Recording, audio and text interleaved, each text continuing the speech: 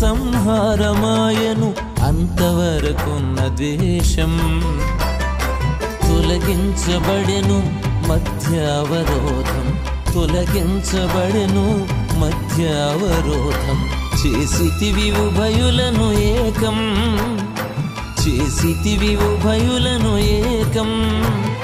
స్తోత్రాల ధూపం ఆత్మీయ గానం యేసునికే అర్పితం.